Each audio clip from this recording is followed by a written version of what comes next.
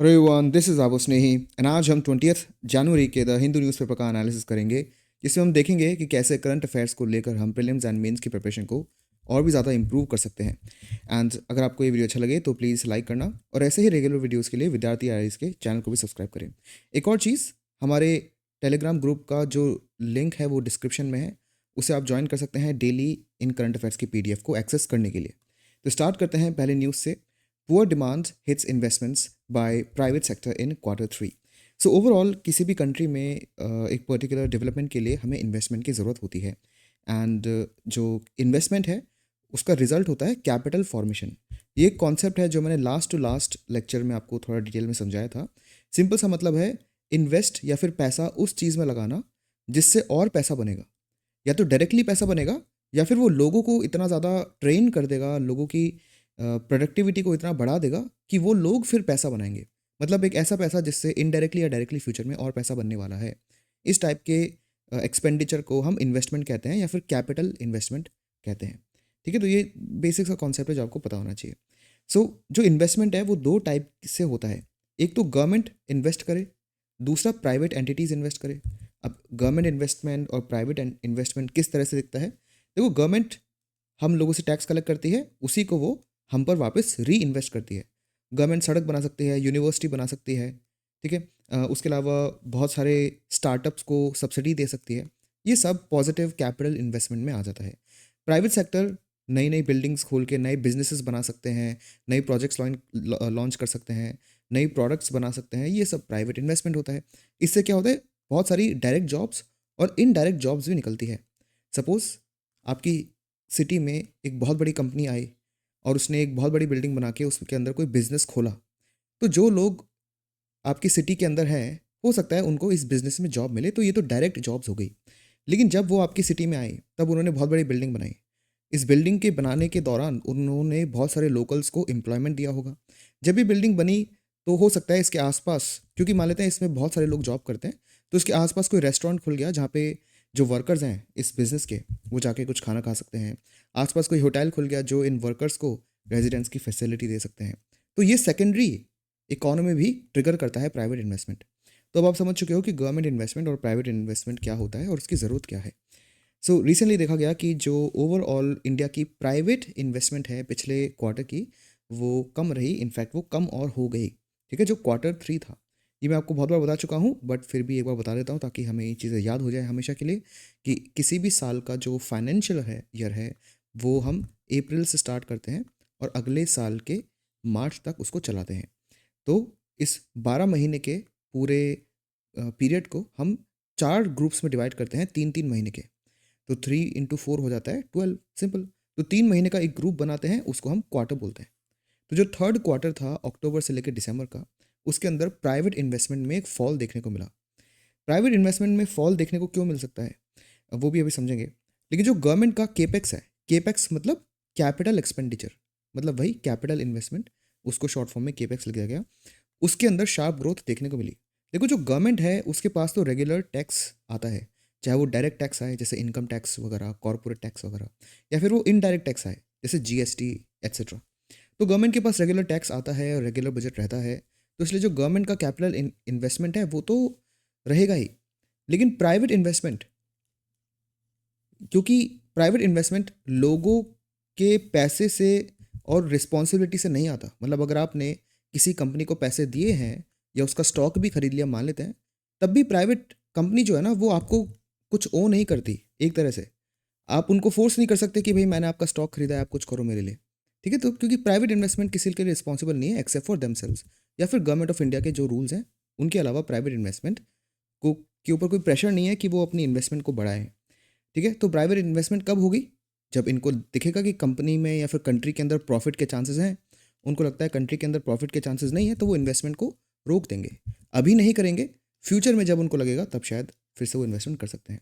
तो private investment का कम होने का मतलब ये है कि इकोनॉमिक इंडिकेटर्स अच्छे नहीं हैं। ठीक है, अगर इकोनॉमिक इंडिकेटर्स अच्छे होते तब government investment and private investment दोनों पॉजिटिव डायरेक्शन में मूव करते। होपफुली जो आखिरी क्वार्टर है जनवरी से लेके मार्च का 2025 का, शायद इसमें प्राइवेट इन्वेस्टमेंट थोड़ी सी इंप्रूव हो। लेट्स होप कि ऐसा ही हो। देन जो डोमेस्टिक इन्वेस्टर्स हैं वो pull back fresh investment plans. Obviously जो इन्वेस्टमेंट है, प्राइवेट इन्वेस्टमेंट, वो भी दो टाइप की है, एक फॉरेन इन्वेस्टमेंट और एक डोमेस्टिक इन्वेस्टमेंट। तो फॉरेन इन्वेस्टमेंट कौन सी होती है? जो बाकी कंट्रीज़ में लोग हैं, कंपनीज़ हैं, वो इंडिया में इन्वेस्ट करती है। डोमेस्टिक इन्वेस्टर्स कौन हो गए? जो इंडिया के अंदर ही हैं और वो इंडियन कंपनीज़ के अंदर इन्वेस्ट कर रहे हैं। तो ये कुछ बेसिक सी चीज़ें हैं जो आपको पता होनी चाहिए। ऐसे छोटे छोटे और बहुत ही सिंपल कॉन्सेप्ट प्रीलिम्स में कभी कभी लाइन बेस्ड क्वेश्चंस बन जाते हैं, तो ये आइडिया आपको होना चाहिए। उससे क्या फ्यूचर में आपको कभी प्रॉब्लम नहीं होगी। अब आप एक और चीज़ इसमें होती है कि जब आप फ्यूचर में नई न्यूज़ पढ़ते हो तो आपको चीज़ें ऑटोमेटिकली समझ में आने लग जाती है। चलते हैं नेक्स्ट न्यूज़ की तरफ। फिर एक पीस। सो बेसिकली ये एक पर्टिकुलर डिटेल मैंने लास्ट टू लास्ट लेक्चर में भी डिस्कस करी थी, जहाँ पे मैंने आपको बताया था कि इसराइल एंड पैलेस्टीन के बीच में एक टाइप का सीज़ फायर ब्रोकर हो चुका है। सीज़ फायर क्या होता है? फायर मतलब फायरिंग एंड सीज़ मतलब रोकना। तो जो दोनों साइड से फायरिंग चल रही थी उसको रोका जाएगा इसराइल और पैलेस्टीन के बीच में। तो यहाँ पे ये जो पर्टिकुलर आर्टिकल है ये बोल रहा है कि ये जो पीस डील है या जो ये सीज़ फायर है ये टेम्पररी है, ये कोई लॉन्ग टर्म सोल्यूशन नहीं है, विच इज़ ट्रू। अगर आपने अभी सीज़ फायर कर दी तो कुछ टाइम तक आप उसको फॉलो करोगे, लेकिन एक टाइम आएगा जब सीज़ फायर ब्रेक होगी।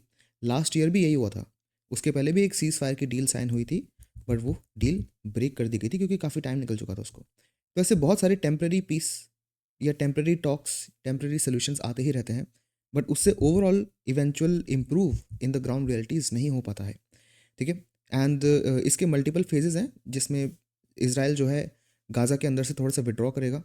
एक्चुअली अगर आप मैप पे देखो तो टेक्निकली जो सिचुएशन होनी चाहिए ग्राउंड पे वो ये है। ये मैप है जो मैंने पहले भी डिस्कस करा है, बट हम जिसको जितनी बार डिस्कस करेंगे चीज़ें हमारे दिमाग में सेट हो जाएगी और क्वेश्चंस को हम इजीली सॉल्व कर पाएंगे। तो इसराइल का मैप है जहाँ पे यहाँ पे गाज़ा है और यहाँ पे वेस्ट बैंक है। ठीक है। तो गाज़ा और वेस्ट बैंक को मिला के पैलेस्टीन बनता है।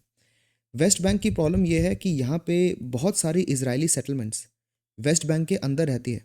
तो टेक्निकली आप देखो वेस्ट बैंक का मैप ना कुछ ऐसा है, लेकिन ऑन ग्राउंड वेस्ट बैंक का मैप ऐसे टुकड़ों में बटा हुआ है क्योंकि बीच वाले इलाकों में बहुत सारे इजरायली सेटलमेंट्स रहने लग गई। तो यहाँ पे जो पैलेस्टीन का एरिया था वहाँ पे बहुत सारे इजरायली सेटलमेंट्स हैं। और इंडिया जो है ना इस वाले मैप को रिकॉग्नाइज करता है, इस वाले मैप को रिकॉग्नाइज नहीं करता। तो आपको इंडिया की पोजीशन भी पता होनी चाहिए। वहीं पे जो गाज़ा स्ट्रिप है ये भी पैलेस्टीन का पार्ट है।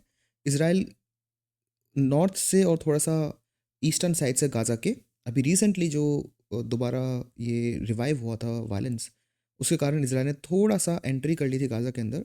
अब वहाँ से पार्शली विड्रॉ करेगा। पार्शल वर्ड बहुत इंपॉर्टेंट है। और दोनों ने मतलब हमास ने जो कि पैलेस्टीन के अंदर है और इसराइल की गवर्नमेंट ने जो कि इसराइल में है, दोनों ने एक दूसरे के हॉस्टेजेस को पकड़ रखा था, उनको भी रिलीज़ करने का यहाँ पे एक प्लान है। Fine. Another thing is Israel and Palestinians as well as international mediators should now work towards bridging the gaps in the post-war scenario. तो जो वॉर अभी पॉज हुआ है, ख़त्म नहीं हुआ है, वो पॉज हुआ है, उसके बाद का सोल्यूशन क्या होगा? मतलब ये जो वॉर है ये कब तक चलेगा? हमेशा ऐसा होता है कि एक वॉर होता है जो कि 2 साल तक चलता है, फिर 2 साल का गैप होता है, फिर से रिवाइव हो जाता है, फिर 2 साल का गैप होता है, फिर से रिवाइव हो जाता है। इससे प्रॉब्लम ये है कि जो वेस्टर्न एशिया का पूरा रीजन है, जिसको बार बार मिडल ईस्ट भी बोला जाता है, इंडिया के पर्सपेक्टिव से हम उसको वेस्ट एशिया ही बोलेंगे। तो वेस्टर्न एशिया का ये जो रीजन है यहाँ पे जितना कम पीस होगा उससे इंडिया को दो बड़ी प्रॉब्लम होगी।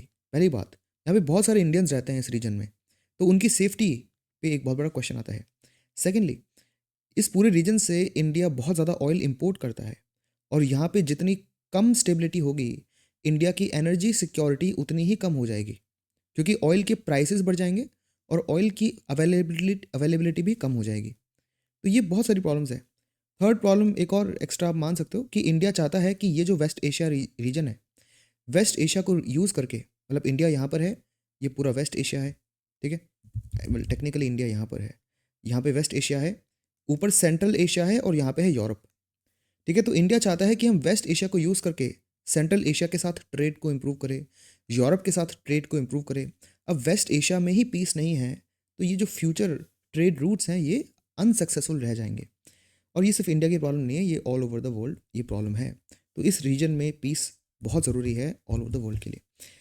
ठीक है। तो अब पूरे वर्ल्ड कम्युनिटी को साथ में आना चाहिए इस चीज़ को इम्प्रूव करने के लिए, क्योंकि देखो इसराइल जो है वो एक्सेप्ट नहीं करेगा हमास जब तक पावर में है गाज़ा में, और गाज़ा या पैलेस्टीन एक्सेप्ट नहीं करेगा जब तक इसराइल सारे रीजन से पीछे नहीं हट जाता। अब दोनों ही ऐसा नहीं कर पाएंगे प्रैक्टिकली स्पीकिंग। तो ये जो पर्टिकुलर सीज़ फायर है ये शायद टेम्परेरी ही रहे, परमानेंट ना हो। तो सॉल्यूशन क्या होगा? प्रैक्टिकल या फिर प्रैग्मेटिक सॉल्यूशन?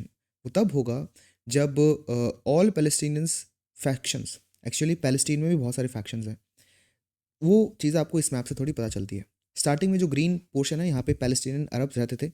धीरे धीरे करते करते करते जो इसराइल का मैप है वो बढ़ता गया और पैलेस्टीन की जो ओवरऑल टेरिटरी है वो इतनी श्रिंक हो गई। बट ये एक ऐसी टेरिटरी है, ये जो थर्ड वाला मैप है, ये वो टेरिटरी है जो कि 1993 में ओस्लो अकॉर्ड्स हुए थे, उसमें इसको एक्सेप्ट कर दिया गया था as a two state solution. और इंडिया भी इसी मैप को रिकग्नाइज करता है, जिसमें वो बिलीव करता है, हम बिलीव करते हैं कि पैलेस्टीन का टोटल मैप एक तो गाजा स्ट्रिप और ये पूरा का पूरा वेस्ट बैंक। लेकिन आज की डेट में वेस्ट बैंक ऐसा नहीं दिखता। आज की डेट में वेस्ट बैंक ऐसा दिखता है जहाँ पे जो पैलेस्टीन है वेस्ट बैंक में, वो बहुत ही छोटे छोटे पार्ट्स में फ्रेगमेंट हो गया। और ये जो बड़ा रीजन था ये कहाँ गया? इसमें मेजॉरिटी रीजन्स में इजरायली सेटलमेंट्स आके रहने लग गए। तो जो पैलेस्टीनियन टेरिटरी है उसमें बहुत सारे इजरायलीज अभी रह रहे हैं। और इंडिया इस वाले टू स्टेट सोल्यूशन वाले पर्टिकुलर मैप को रिकग्नाइज करता है फिलहाल। तो ये आपको थोड़ा आइडिया रहना चाहिए। तो यहाँ पर हो क्या रहा है कि जो वेस्ट बैंक में पैलेस्टीनियंस हैं उनकी अप्रोच थोड़ी डिफरेंट है गाज़ा स्ट्रिप वाले पैलेस्टीनियंस से। फिर गाज़ा में भी जो एक पावर है वो हमास के पास है, थोड़ी बहुत पावर कुछ डेमोक्रेटिक पावर्स पार्टीज़ के पास है जो हमास से थोड़ा सा डिसएग्री करती है। तो in short Palestinians different different factions में बटे हुए हैं। इतना बटे हुए ऐसा शब्द नहीं है कि वो आपस में हेट करते हैं, ऐसा कुछ नहीं है। बट थिंग इज़ कि आइडियोलॉजी बेसिस पे थोड़ा सा डिफरेंस है। तो ऑथर सजेस्ट करते हैं कि ये जितने भी छोटे छोटे फैक्शंस हैं आइडियोलॉजिकल बेसिस पे पैलेस्टीनियंस के, उनको साथ में आके, ठीक है, उनको साथ में आके एक एडमिनिस्ट्रेशन बनानी चाहिए। ठीक है, जब ये एडमिनिस्ट्रेशन बन जाएगी तो इंटरनेशनली उसको रिकग्नाइज कराना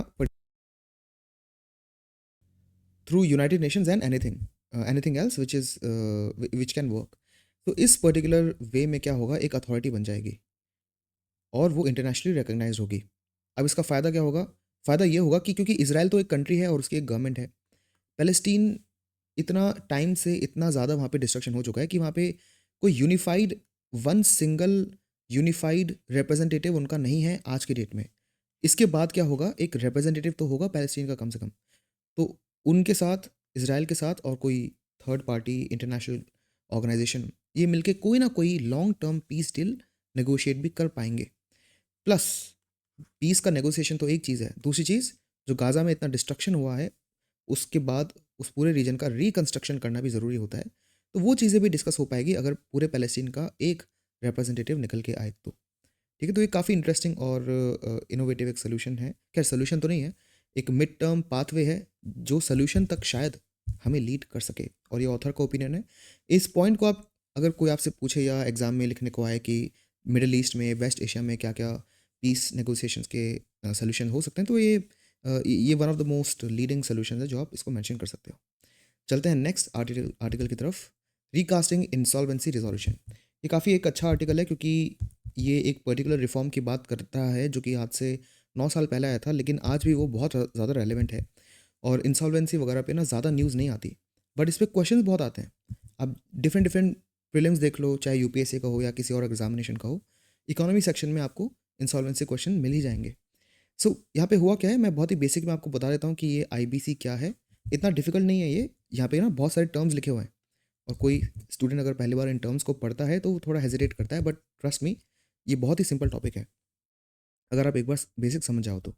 एक पर्सन है जिसका कोई बिजनेस है मान लेते हैं, ठीक है। अब उसके पास पैसा कम पड़ रहा है तो वो बैंक के पास गया, उसने बैंक से लोन ले लिया, ठीक है। या चलो वो बैंक के पास गया है और बैंक से बोल रहा है कि मुझे लोन दे दो। अब बैंक बोलेगा कि देखो मैं तुम्हें लोन तो दे दूंगा, बट मुझे ना कुछ गारंटी चाहिए, क्योंकि अगर मैंने तुम्हें लोन दे दिया और तुमने लोन चुकाया नहीं तो मेरा तो लॉस हो गया, ठीक है। तो ये पर्सन क्या बोलेगा, ठीक है, जो मेरे एक ज़मीन है उसको मैं गिरवी रख लेता हूँ, उसको एज अ कोलैटरल, कोलैटरल यहाँ पे बैंक को इस पर्सन ने गिरवी रख के दे दिया, सिंपल। बैंक ने बोला आप मुझसे ना बहुत ज़्यादा पैसे मांग रहे हो तो ज़मीन इनफ नहीं होगी। तो ये इंसान बोलता है ठीक है, मेरी ये ना एक छोटी सी कंपनी है, बहुत ही छोटी सी, उस कंपनी के पास बहुत सारे एसेट्स हैं, मतलब कंपनी के मान लेते हैं कुछ उस कंपनी के खुद के फंडामेंटल पैसे रखे हुए हैं। उसके अलावा कंपनी के पास बहुत सारे छोटे छोटे मशीन्स हैं, या कंपनी मान लेते हैं हर साल 20% से ग्रो कर रही है तो इसका प्रॉफिट भी काफ़ी है। तो ये जो पूरी कंपनी है ना, इसके ऑपरेशंस को, इसके एसेट्स को, इसको भी गिरवी रख दिया बैंक के पास इस इंसान ने। बैंक को लगा ठीक है, अब ये इनफ है, मैं आपको बहुत सारा लोन दे सकता हूँ। तो बैंक ने इस इंसान को लोन दे दिया। कुछ प्रॉब्लम ऐसी हुई कि ये जो इंसान है लोन चुका नहीं पाया, ठीक है? लोन ये चुका नहीं पाया। तो अब बैंक क्या करेगा? बैंक तो फँस गया, क्योंकि बैंक के जो पैसे हैं वो इस पर्सन ने ले लिए। लेकिन क्योंकि इस इंसान ने अपनी ज़मीन छोटी-सी और एक छोटा-सा बिज़नेस ऑपरेशन बैंक को कोलैटरल जैसे रख दिया था, बैंक उनको यूज़ करके जो पैसे बैंक के डूब गए हैं इस इंसान को लोन देने के बाद, बैंक उस पैसे को रिकवर कर सकता है ना? सिंपल। तो ये जो सिचुएशन है ना, जहाँ पे ये जो इंसान है ये लोन पे नहीं कर पा रहा, इसी को इंसॉल्वेंसी कहते हैं।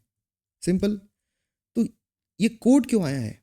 ये कोड यही बताता है कि जब कोई इंसान अपने आप को इंसॉल्वेंट डिक्लेयर कर दे, ठीक है? बैंक्रप्सी और इंसॉल्वेंसी ऑलमोस्ट सिमिलर चीज़ें ही हैं, कि कोई इंसान अपने आप को डिक्लेयर कर दे कि भाई मेरे पास तो बैंक का लोन चुकाने के लिए पैसा नहीं है, तो वो अपने आप को इंसॉल्वेंट या फिर बैंकरप्ट बोल देगा।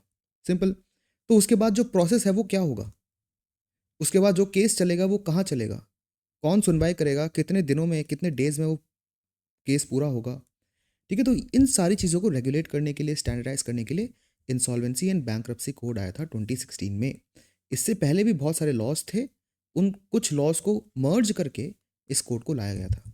ठीक है? तो ये काफ़ी इंटरेस्टिंग चीज़ थी। ये इंटरेस्टिंग चीज़ क्यों है और इससे जो ईज़ ऑफ डूइंग बिज़नेस है, वो क्यों इम्प्रूव हुई? ईज़ ऑफ डूइंग बिज़नेस क्यों इम्प्रूव हुई इससे? क्योंकि मुझे पता है अगर मैं इंडिया में कोई बिज़नेसमैन हूँ, ठीक है? और मैंने बिज़नेस खोला, मैंने बैंक से लोन लिया और मैं चुका नहीं पाया और मैंने अपने आप को इंसॉल्वेंट या फिर बैंकरप्ट डिक्लेयर कर दिया। और मान लेते कोई लॉ नहीं है अच्छा उस कंट्री में या इंडिया में कोई लॉ नहीं है ऐसा अच्छा वाला। बहुत ही पुराना लॉ है जो अपडेटेड नहीं है। तो मुझे क्या लगेगा कि अगर मैं फ्यूचर में इस सिचुएशन में फँसता हूँ, तो बैंक कुछ भी कर सकता है। वो पॉलिटिशियंस को यूज़ करके मुझ पे फ़ोर्स कर सकता है, ठीक है? वो रैंडम मेरा पैसा लेके भाग सकता है या रैंडम जो बैंक है मुझे पहले बहुत होता था, बहुत सारे बिज़नेसमैन को किडनैप कर लिया गया क्योंकि बैंक ने उनके पैसे नहीं क्योंकि बैंक को उन लोगों ने पैसे नहीं चुकाए। द थिंग इज़ कि अगर मुझे पता है कि इस कंट्री में एक कोड आया हुआ है और उसमें साफ-साफ लिखा है कि इस सिचुएशन में क्या प्रोसेस है, तो मैं एज़ एन इन्वेस्टर इस कंट्री में थोड़ा सेफ हूँ। क्योंकि मुझे लगता है कि ठीक है अगर फ्यूचर में चीज़ें सही नहीं चली, तब भी ये जो लॉ है ना, ये मुझे बताएगा कि मुझे क्या करना है। तो इससे क्या ईज़ ऑफ डूइंग बिज़नेस थोड़ी-सी बढ़ती है। क्योंकि जो बिज़नेसमैन है वो थोड़ा-सा केयर फ्री होके यहाँ पे जा रहा है, इंडिया में इन्वेस्ट करेगा। तो एक ये स्टेप था, ठीक है? और इसके अंदर क्या था, ये कोड आया, उसके लिए 2 पर्टिकुलर क्वाज़ी जुडिशियल बॉडी बनाई गई। एक तो थी नेशनल कंपनी लॉ ट्रिब्यूनल और दूसरी थी national company law appellate tribunal. जो एनसीएलटी है इसका एम बेसिकली यही है कि जो भी केस है, सपोज़ कोई इंसान है जिसने अपने आप को इंसॉल्वेंट और बैंकरप्ट डिक्लेयर कर दिया है, तो और एक बैंक है जिसने इस इंसान को लोन दिया होगा। कभी-कभी ना सिर्फ बैंक नहीं होता, बहुत सारे इन्वेस्टर्स होते हैं जो इस बिज़नेसमैन को लोन देंगे बैंक के साथ। तो ये सारे लोग खड़े हो जाते हैं कि भई हमारा पैसा दो, हमारा पैसा दो। तो ये जो इंसान है जो बैंकरप्ट हो चुका है, अभी पैसा तो चुका नहीं पा रहा। तो ये जो पूरा केस है ये एनसीएलटी में जाता है। एनसीएलटी बताता है फिर कि चलो ठीक है, जो इस इंसान ने जो कोलैटरल रखा था, उसको कैसे आपको मैनेज करना है, कैसे उसको मैनेज करना है कि बैंक और जो बाकी इन्वेस्टर्स थे, उनके बीच में पैसे बच जाए। सपोज़ एक ज़मीन है, तो उसकी बेस्ट प्राइस ढूँढी जाएगी, उस पे उस प्राइस को बेचा जाएगा, उस ज़मीन को बेचा जाएगा और बैंक को और इन्वेस्टर को पैसे लौटा दिए जाएँगे। और ये ज़मीन ओरिजिनली तो इस बिज़नेसमैन की थी, बट अब वो उसकी नहीं रहेगी क्योंकि वो पैसे नहीं लौटा पाया। ठीक है? तो ऐसे मतलब जो एसेट्स हैं ना, उनको रिकंस्ट्रक्ट करा जाता है। फिर यहाँ पे है एपेलेट ट्रिब्यूनल। एपेलेट ट्रिब्यूनल का मतलब ये है कि जब सपोज़ एनसीएलटी ने बता दिया कि आपको ये करना है, ये करना है, ये करना है। लेकिन मान लेते बिज़नेसमैन को लगा कि यार मेरा तो बहुत ज़्यादा एसेट ये लोग ले जा रहे हैं। या फिर बैंक और इन्वेस्टर को लगा कि भई हमने जितना पैसा दिया था ना उतना रिकवर नहीं हो पा रहा। तो ये क्या करेंगे? एनक्लैट में जाएँगे, जो एपेलेट ट्रिब्यूनल है, जहाँ पे आप अपील करते हो। जैसे ये होता है ना हाई कोर्ट के सॉल्यूशन से कोई हैप्पी नहीं है, तो वो सुप्रीम कोर्ट में अपील कर देगा। वैसे यही है, जो एनसीएलटी से हैप्पी नहीं है, वो एनसीएलटी में जाके अपील कर देता है। तो ये पूरा एक सिस्टम बना हुआ है। ठीक है? अब आप खुद ही देख सकते हो इतना स्ट्रक्चर्ड सिस्टम अगर बना हुआ है, तो कोई भी इन्वेस्टर घबराएगा नहीं कि चलो ठीक है अगर इस कंट्री में बिज़नेस खोलने के बाद मेरा पैसा डूबता भी है, तो भी एक पूरा सिस्टम है जिसके थ्रू जाकर ही रिज़ॉल्यूशन होगा, तो वो खुशी-खुशी इन्वेस्ट करेगा। इसलिए ये ईज़ ऑफ डूइंग बिज़नेस को बढ़ाने का एक एम था। इतना आपको पता होना चाहिए। लेकिन प्रॉब्लम क्या है? प्रॉब्लम ये है कि ये जो ट्रिब्यूनल्स हैं, ये ओवरबर्डन्ड है। इनके ऊपर डबल बर्डन है। एक तो ये हो गया कि ये जो कॉर्पोरेट इंसॉल्वेंसीज़ है, इनको डील करना, जो कि आईबीसी के अंदर है, ठीक है, जो मैंने अभी आपको पूरा प्रोसेस बताया है। उसके अलावा जो कंपनीज़ एक्ट है, अब कंपनीज़ एक्ट के अंदर भी जितने केसेस हैं ना, वो भी यही देख रहे हैं। अब कंपनीज़ एक्ट के अंदर केसेस क्या है, ये तो बहुत ही डिफरेंट केसेस हैं। दो लोगों ने साथ में कंपनी खोली, अब दोनों एक दूसरे से डिसएग्री करते हैं, दोनों के बीच में डिस्प्यूट हो गया कि प्रॉफिट शेयर कैसा होगा, मतलब जो बेसिक कंपनी के अंदर डिस्प्यूट हो सकते हैं, वो कंपनीज एक्ट के डिस्प्यूट्स हैं, जो भी यही दोनों बॉडीज़ देख रही हैं। जो आईबीसी के अंदर जो प्रोसेस मैंने अभी आपको बताया, वो भी यही बॉडीज़ देख रही हैं। तो ये जो बॉडीज़ हैं एनसीएलटी एंड एनसीएलटी, ये स्पेशलाइज्ड बॉडीज़ नहीं बन पा रही, इवन दो इनका एम ही यही था। इन पे एक्सेस बर्डन डाला जा रहा है, ठीक है। जो एनसीएलटी है, ये आपको ध्यान रखना है, ये बनी तो 1999 में थी, बट प्रॉपरली 2016 में ही ऑपरेशनलाइज हुई। जब ये 1999 में बनती है, तब इराडी कमेटी ने इसको रेकमेंड करा था। ये बहुत ज़्यादा इंपॉर्टेंट है, प्रीलिम्स में ऐसे क्वेश्चंस बन जाते हैं, आपको ये ध्यान रखना है, ठीक है। तो ये कोई प्रॉब्लम फेस कर रही है आईबीसी पूरी, ठीक है। उसके अलावा जो टोटल सैंक्शन स्ट्रेंथ है इसकी 63 मेंबर की एनसीएलटी की, ज़्यादातर जो लोग हैं वो मल्टीपल ब्रांचेस में डिवाइडेड हैं, मल्टीपल बेंचेस में डिवाइडेड हैं, ठीक है। एंड उसके बाद इंसॉल्वेंसी रिजोल्यूशन के लिए बॉटलनेक है, और कॉर्पोरेट ट्रांजैक्शंस के लिए भी जैसे mergers and amalgamation. Mergers and amalgamation क्या होता है? सिंपल सी बात है कि एक कंपनी है जो दूसरी कंपनी को खरीद रही है, अब उसके अंदर बहुत सारी लीगल प्रॉब्लम्स आ सकती है, क्योंकि कभी कभी क्या होता है, एक कंपनी है जो छोटी कंपनी को खरीद देती है मनी लॉन्ड्रिंग करने के लिए या कोई और टैक्स बचाने के लिए, तो यहाँ पे बहुत सारा लॉ फॉलो करना पड़ता है ताकि ऐसी चीज़ें ना हो। तो उसके केसेस भी एनसीएलटी में जा रहे हैं, और जो इंसॉल्वेंसी वाले प्रोसेस हैं वो भी एनसीएलटी में जा रहे हैं। तो उसके जो मेंबर्स हैं ना, वो बटे हैं डिफरेंट डिफरेंट बेंचेस में, और वो प्रॉपरली इंसॉल्वेंसी पे काम नहीं कर पा रहे। अब आप अब जो अब तक मैंने आपको कहा है, आप मुझसे पूछ सकते हो कि भाई इसका एविडेंस क्या है कि ये बॉडी ढंग से काम नहीं कर पा रही। उसका एविडेंस ये है कि एक insolvency and bankruptcy board of India भी बना था। जब ये आईबीसी कोड आया था ना, तब ये बोर्ड भी बना था, ये देखने के लिए कि जो एनसीएलटी है, एनसीएलटी है, ये काम कर रहे हैं या नहीं। आईबीबीआई ने रिसेंटली अभी बताया है कि 2022-23 के अंदर जितने भी केसेस थे, उनको पूरा करने के लिए, फिनिश करने के लिए 654 डेज लगे। लेकिन पिछले फाइनेंशियल ईयर 23 से 24 में 716 डेज लग रहे हैं। मतलब जो नंबर ऑफ डेज हैं चीज़ों को रिजॉल्व होने के लिए, वो बहुत ज़्यादा है। और बाय द वे, ये जो ओरिजिनल कोड था ना, इसने 180 डेज बोला था कि 180 डेज में पूरा हो जाना चाहिए था, और ज़्यादा से ज़्यादा 240 डेज दिए थे। लेकिन आप देखो यहाँ पे तो 654 डेज लग रहे हैं। पिछले साल तो 716 डेज लगे एक केस को रिजॉल्व होने में। तो ये क्यों हो रहा है? ये एविडेंस है जो अब तक मैंने आपको बताया उसका, ठीक है। बहुत सारे मेंबर्स जो हैं जिनको अपॉइंट करा गया है, उनके पास डोमेन नॉलेज भी नहीं है आईबीसी या इंसॉल्वेंसी की चीज़ों को देखने के लिए। तो ये बेसिक चीज़ें जो आपको पता होनी चाहिए। आईबीसी पे कोई मेंस में क्वेश्चन बन सकता है, प्रीलिम्स में तो बनेगा ही, और उसमें इन चीज़ों को पूछा जाएगा तो आपको बताना होगा। मेंस में क्वेश्चन बनता है तब आपको ये पूरा प्रोसेस पता होना चाहिए, और ये भी पता होना चाहिए कि क्या क्या प्रॉब्लम्स एग्जिस्ट करती है, ठीक है। तो आई होप कि ये मैंने आपको थोड़ा सिंप्लीफाई करके बताया हो, क्योंकि ये दिखने में कॉम्प्लेक्स है, इतना कॉम्प्लेक्स है नहीं अगर आप इसको एक बार पढ़ लेते हो। अगर आपको फिर भी थोड़ी प्रॉब्लम है तो मैं रिकमेंड करूँगा कि आप पॉज करके ये सेक्शन फिर से देखो, चीज़ आपको क्लियर हो जाएंगी। चलते हैं नेक्स्ट पर्टिकुलर एडिटोरियल की तरफ। How TRAI and the government are combating spam. Spam क्या होता है? ये बेसिक चीज़ है जो आप डेली बेसिस पे फेस करते हो। आपके मेल के अंदर कोई स्पैम मेल आ जाता है, आपके पास बहुत सारे रैंडम मैसेजेस आते रहते हैं जो डिफरेंट डिफरेंट कंपनीज़ के ऐड होते हैं, आपके पास कोई रैंडम कॉल आ जाते हैं जो डिफरेंट डिफरेंट कंपनीज़ के ऐड हो सकते हैं। कोई आपको लोन दे रहा है, कोई बोल रहा है कि आप ये नया इंटरनेट पैक खरीद लो, ठीक है। मतलब लोग आपको अपने प्रोडक्ट्स बेच रहे हैं, और ऐसे फ़ोन कॉल्स, ऐसे मैसेजेस आप नहीं चाहते कि आपके पास आए, उनको स्पैम बोला जाता है। तो जो हमारे पास telecom regulatory authority of India है, वो क्या कर रही है इसके लिए, ये एडिटोरियल है। काफ़ी इंटरेस्टिंग है क्योंकि इसमें 2-3 नए टर्म्स इंट्रोड्यूस होंगे जो हमारे लिए काफ़ी यूज़फुल है। तो यहाँ पे जो telecom regulatory authority of India है, उन्होंने बोला है कि वो डिस्ट्रीब्यूटेड लेजर टेक्नोलॉजी का यूज़ कर रहे हैं स्पैम को डील करने के लिए। अब ये काफ़ी इंटरेस्टिंग है, ठीक है, ये बहुत ज़्यादा इंटरेस्टिंग है। क्यों? ये क्या होता है डिस्ट्रीब्यूटेड लेजर टेक्नोलॉजी? अगेन, नाम पढ़ने में बहुत डिफिकल्ट है, बट एक बार आप समझ जाओगे तो चीज़ें बहुत ही ज़्यादा सिंपल हो जाएगी। देखो, लेजर क्या होता है? लेजर एक बुक है, एक बुक है जिसके अंदर आपने चीज़ें लिख रखी है, बस, सिंपल। डिस्ट्रीब्यूटेड लेजर मतलब कि ये जो बुक है ना, इसकी कॉपी बहुत सारे लोगों के पास है। किसके पास है? बहुत सारे लोगों के पास है। अब आप ये सुनो, आप किसी कंपनी की सिम यूज़ करते हो, ठीक है। आपके पास एक कंपनी की सिम है। ये जो कंपनी है, इसके बहुत सारे लोग अपनी बिल्डिंग में बैठे हैं, ठीक है? गवर्नमेंट ने बोला, गवर्नमेंट ने इस कंपनी को बोला कि देखो, आपका जो नेटवर्क है ना, उसको यूज़ करके बहुत सारे लोग आपके कस्टमर्स को स्पैम कॉल्स, स्पैम मैसेजेस भेजे जा रहे हैं, ठीक है? गवर्नमेंट ने इस कंपनी को बोला, जिसकी सिम आपके फ़ोन में है, कि आपकी कंपनी की सिम को या आपकी कंपनी को नेटवर्क को यूज़ करके बहुत सारे लोग स्पैम मैसेजेस और स्पैम कॉल्स आपके कस्टमर्स को दे रहे हैं। तो कंपनी क्या बोलती है, ठीक है, अब कोई भी ऐसा स्पैम मेरे नेटवर्क से जाएगा तो मैं उसको ब्लॉक कर दूंगा, ठीक है? लेकिन आप खुद देखो कि अगर यहाँ पे कोई इंसान बैठा है जो स्पैम मैसेज आपको भेजना चाहता है इस नेटवर्क के थ्रू, तो वो एक नॉर्मली बेसिक मैसेज बना देगा और भेज देगा आपके नंबर पे। तो ये जो कंपनी है, इसको कैसे पता चलेगा कि ये जो मैसेज गया है ये स्पैम है या नहीं? बहुत डिफिकल्ट है ना। तो गवर्नमेंट ने या ट्राई ने ना दो तीन चीज़ें करी।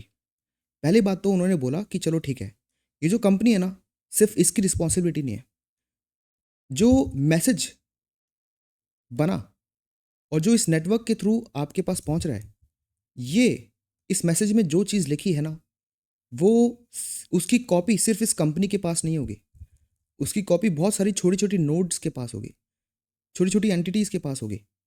तो आपके पास इस नेटवर्क को यूज़ करके वो स्पैम तो पहुंच गया, लेकिन अगर ये स्पैम आप तक पहुंचा है तब कंपनी के थ्रू पहुंचा है।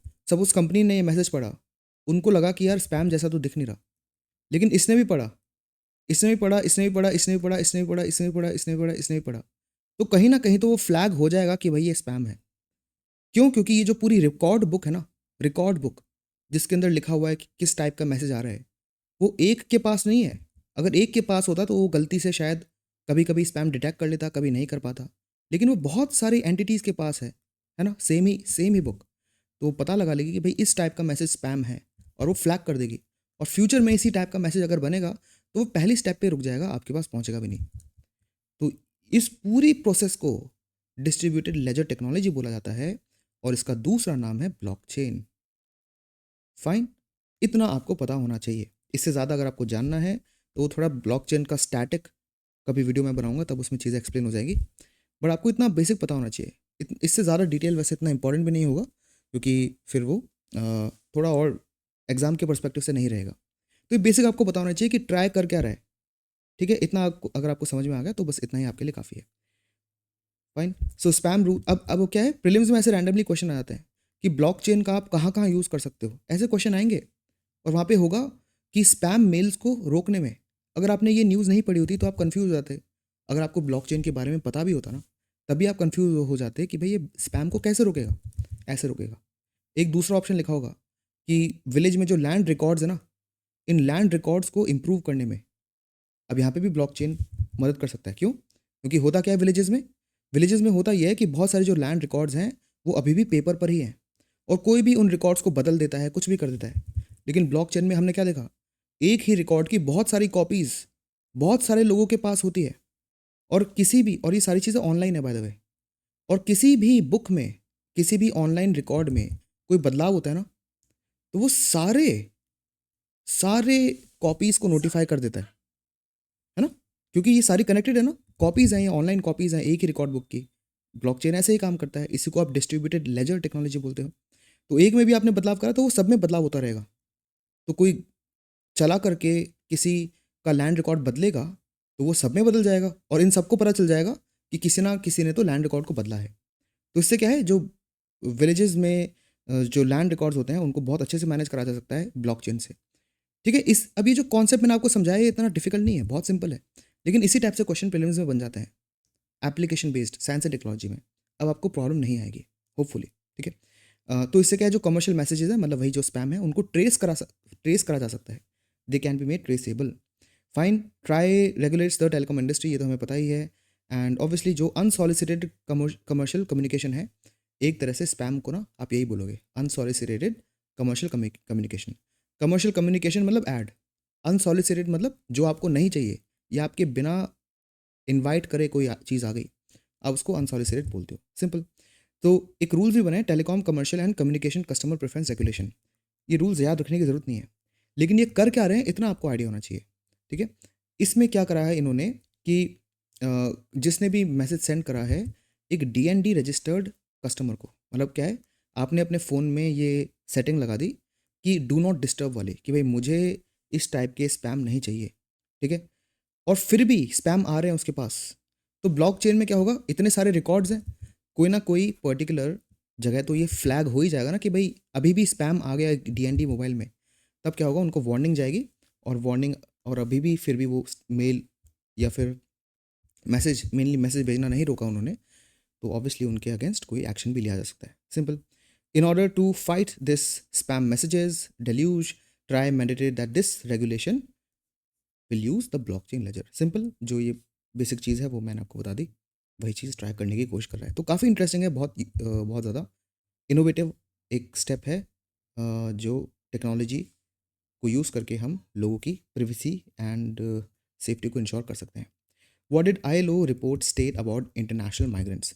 काफ़ी इंपॉर्टेंट रिपोर्ट है, इसमें बहुत सारा ऐसा डेटा है जो हमारे काम का नहीं है, बट रिपोर्ट इन जनरल काफ़ी इंपॉर्टेंट है, क्योंकि यहाँ पे बात की जा रही है इंटरनेशनल माइग्रेंट्स की। कोई इंसान इंडिया छोड़ के कहीं काम करने गया, कोई इंसान दूसरी कंट्री को छोड़ के इंडिया में काम करने आया, ये सब लोग इंटरनेशनल माइग्रेंट्स की कैटेगरी में आते हैं, ठीक है। होता क्या है कि आजकल जो डेवलप्ड कंट्रीज़ हैं, डेवलप्ड कंट्रीज़ एक चीज़ फेस कर रही हैं कि वहाँ पे जो वर्किंग पॉपुलेशन है वो डिक्लाइन होती जा रही है। जो लोग वर्किंग एज में पॉपुलेशन में हैं वो डिक्लाइन हो रही है, तो उनकी खुद की कंट्री में वो लोग नहीं हैं जो कि काम कर सके उस कंट्री की प्रोडक्टिव इकोनॉमी के लिए।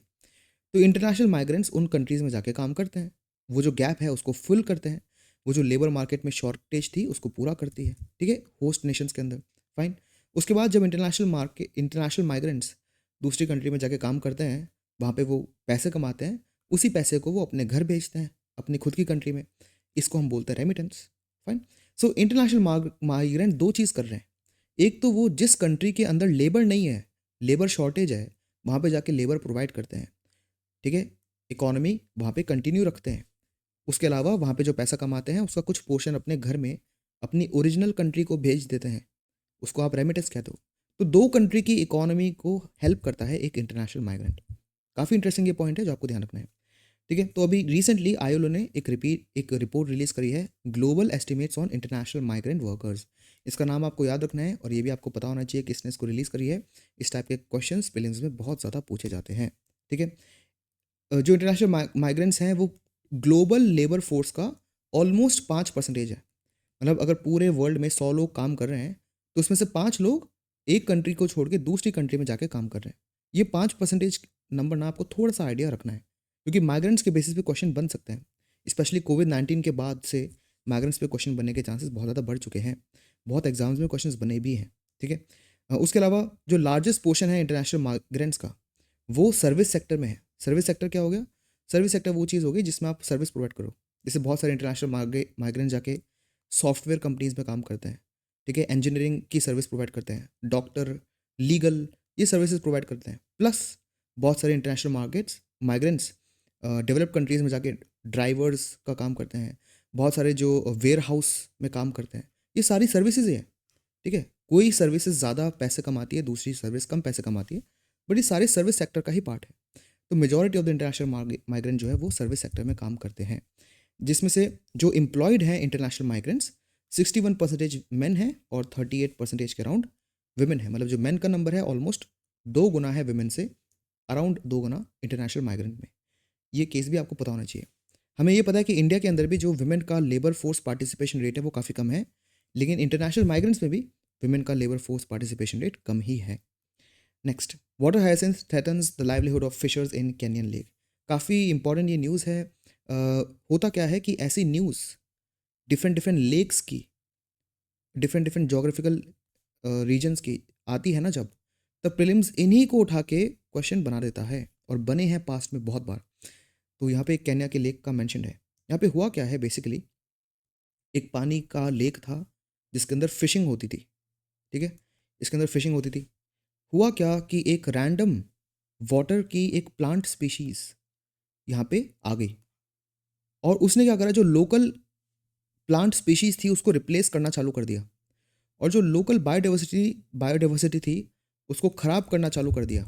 इसलिए ये जो नई प्लांट की स्पीशी यहाँ पे आई है, ये कोई नॉर्मल प्लांट स्पीशी नहीं है, हम इसको इन्वेसिव स्पीशी बोलेंगे।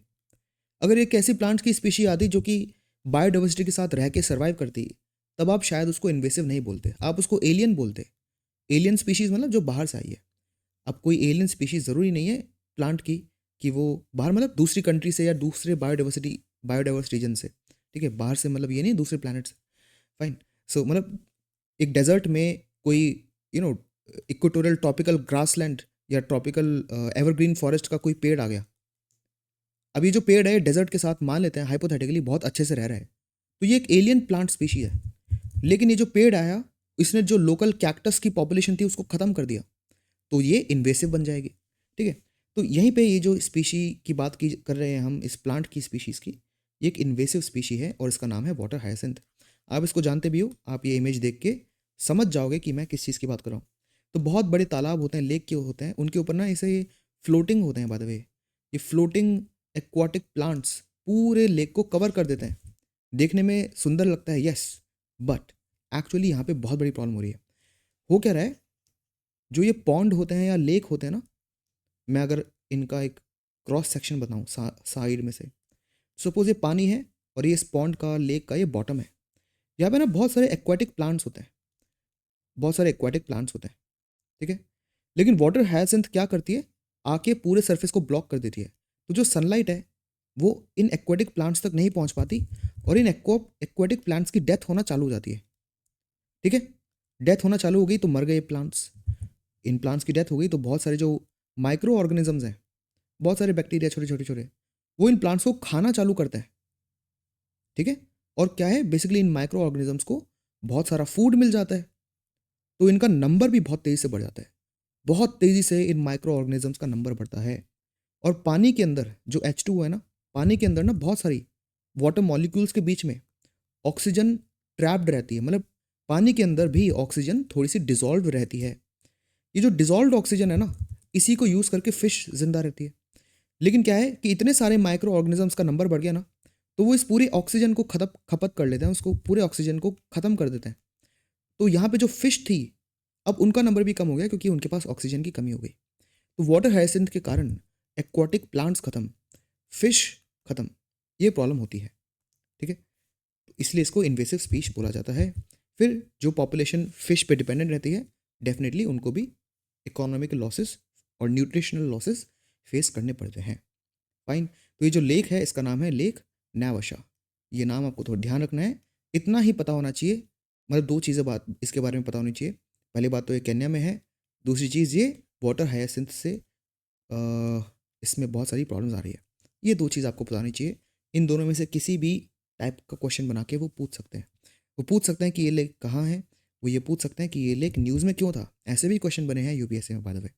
फाइन। जो वाटर हायसिंथ है ये आपको इंडिया में भी बहुत मिलता है, लेकिन ये साउथ अमेरिका से बिलोंग करता है। ये अलग से क्वेश्चन आ सकता है, बहुत इंपॉर्टेंट, कि एक्चुअली ये नेटिव है साउथ अमेरिका की। बहुत इंपॉर्टेंट है, ये आपको ध्यान रखना है। ठीक है, और ये जो वाटर हायसिंथ है ये कंटामिनेंट्स और पोल्यूशन पे थ्राइव करता है, सनलाइट को ब्लॉक करता है, पॉपुलेशन ऑफ फिश में ड्रॉप हो गया। ये बेसिक चीज़ें जो मैंने आपको बता दी। चलते हैं लास्ट एडिटोरियल पे, बहुत ही इंटरेस्टिंग है ये। Indian cryptography research gears up to face quantum challenge. देखो बहुत बड़ी प्रॉब्लम आज की डेट में है इंफॉर्मेशन को प्रोटेक्ट करना। अगर पर्सन ए पर्सन बी को कोई इन्फॉर्मेशन देता है, तो बीच में लाखों करोड़ों लोग खड़े खड़े हैं जो इस इन्फॉर्मेशन को चुराना चाहते हैं, स्टील करना चाहते हैं किसी भी पर्पस के लिए, है ना। कोई आपका बेसिक नाम, आपका फ़ोन नंबर ही चुराने के लिए बहुत सारा पैसे दे देता है।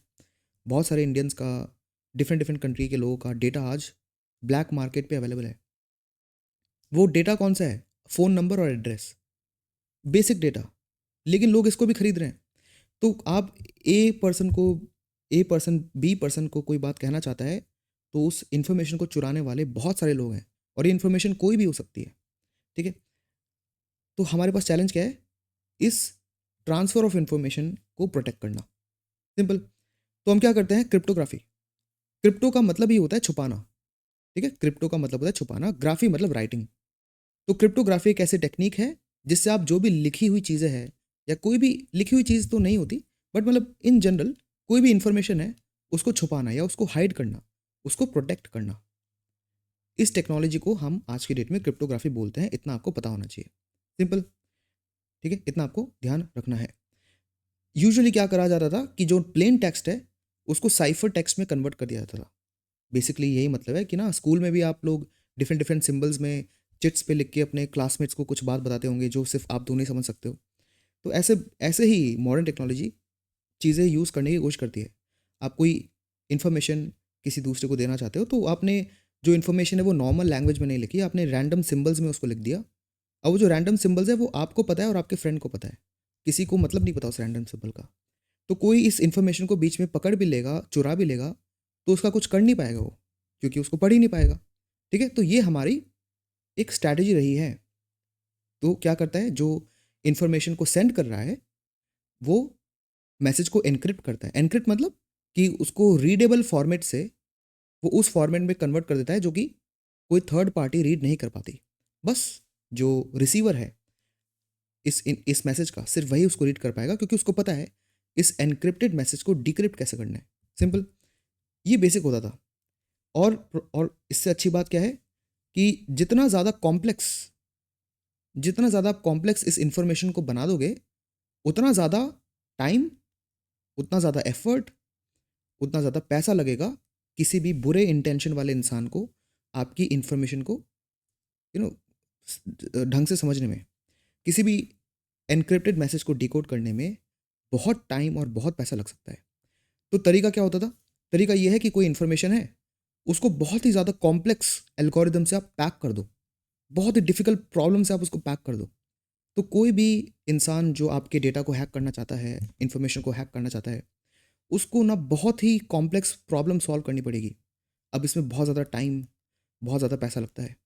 ठीक है, तो मतलब क्या है, ये एक कोट भी है कि अगर जो क्रिप्टो सिस्टम है वो ब्रेक हो जाए, मतलब कोई इन्फॉर्मेशन ए से बी पे गई है और इसको किसी ना किसी एल्गोरिदम से एनक्रिप्ट करा गया था, और कोई इंसान सी है, उसको ये इन्फॉर्मेशन पता चल गई, तो वो दो कारणों की वजह से होगी।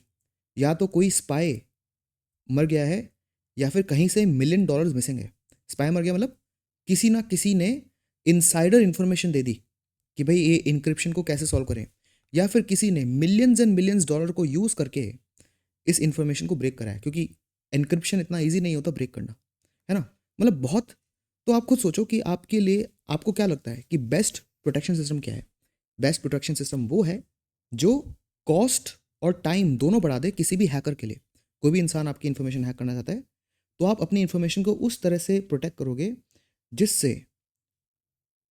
आप हैकर का टाइम और कॉस्ट दोनों बढ़ा दो।